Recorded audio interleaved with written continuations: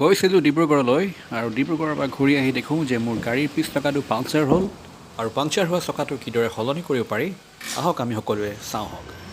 ভিডিঅ'টি ভাল লাগিলে লাইক কৰিব, শ্বেয়াৰ কৰিব আৰু ইউটিউব চেনেলটো ছাবস্ক্ৰাইব কৰিব। ধন্যবাদ।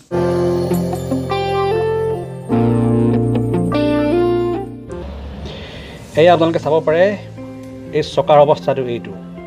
চকাত একেবাৰে তাৰ পৰ্যন্ত ওলাই গৈছে আৰু এই চকাটো আৰু চলাব নোৱাৰি। সেইকাৰণে মই বেলেগ এটা চকা লগাবলৈ কাৰণে চেষ্টা কৰি আছোঁ।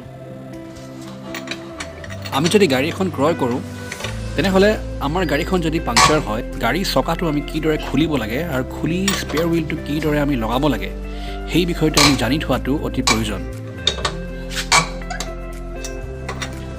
মাজ ৰাস্তাত যদি আপোনাৰ গাড়ীখনৰ চকাটো যদি পাংচাৰ হয়, তেতিয়া আপুনি তাত যদি কোনো মেকানিক নাথাকে তেনেহ'লে আপুনি কাৰো সহায় নোলোৱাকৈ আপুনি নিজেই চকাটো কিদৰে সলনি কৰিব পাৰিব এই ভিডিঅ'টোৰ যোগেদি মই আপোনালোকক দেখাই দিবলৈ বিচাৰিছোঁ।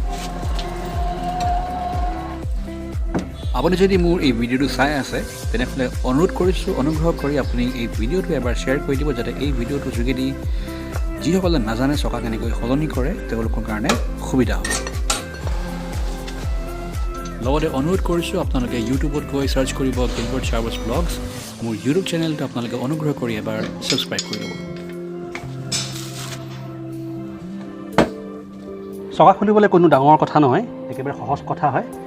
আপোনালোকক কেৱল মাত্ৰ লাগিব এনেধৰণৰ এটা ষ্টেপনি লাগিব, এনেধৰণৰ এটা জেক লাগিব, লগতে এনেকুৱা এটা এক্সটেনশ্যন বাৰ লাগিব আৰু আপুনি গাড়ী ক্ৰয় কৰাৰ সময়তে গাড়ীৰ চকা সলনি কৰিবলৈ কাৰণে সকলো ধৰণৰ সামগ্ৰী দিয়া হয়। আৰু চকাৰ নট খুলিবলৈ কাৰণে এনেধৰণৰ এটা হুইল ৰেঞ্চ আপোনাৰ প্ৰয়োজন হ'ব।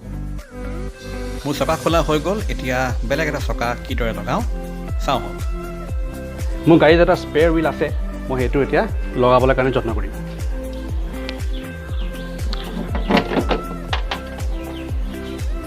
এইটো মোৰ চকা এটা আছে গাড়ীতে, এই চকাটোকে মই এতিয়া লগাম। ভাৰী আছে।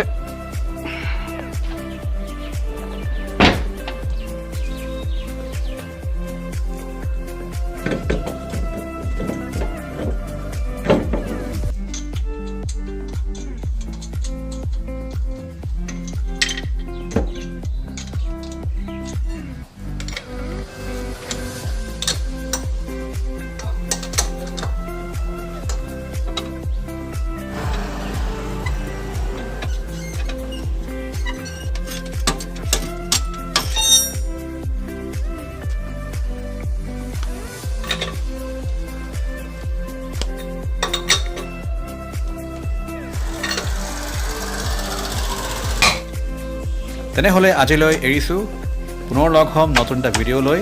যদি ভিডিঅ'টো ভাল লাগিছে তেনেহ'লে অনুগ্ৰহ কৰি শ্বেয়াৰ কৰি দিব। জয় আই অসম।